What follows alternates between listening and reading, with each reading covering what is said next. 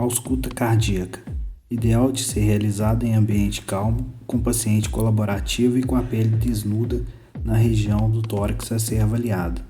São 4 pontos clássicos de ausculta. Foco pulmonar, localizado no segundo espaço intercostal do lado esquerdo.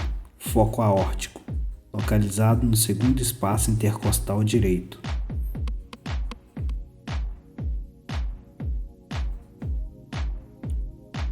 Foco tricúspide, localizado no quinto espaço intercostal esquerdo.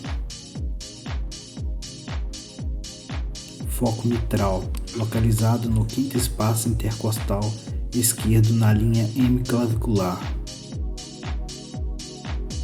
Verificação de pulsos.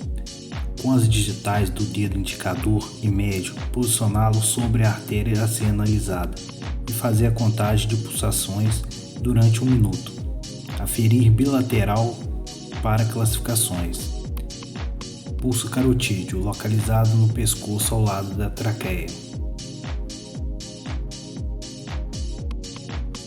Pulso braquial, localizado na linha cubital, na região mais medial.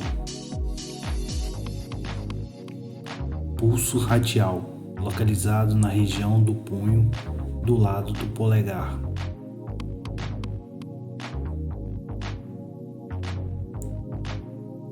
Pulso ulnar, localizado na região do punho do lado do dedo mínimo.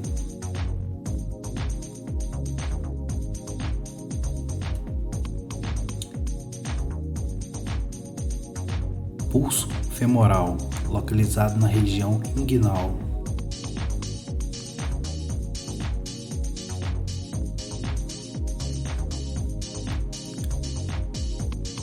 Pulso poplíteo, localizado na região posterior do joelho.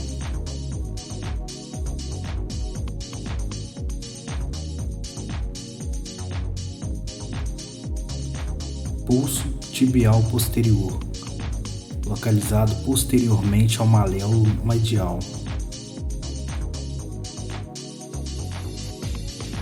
Pulso pedial, localizado no dorso do pé.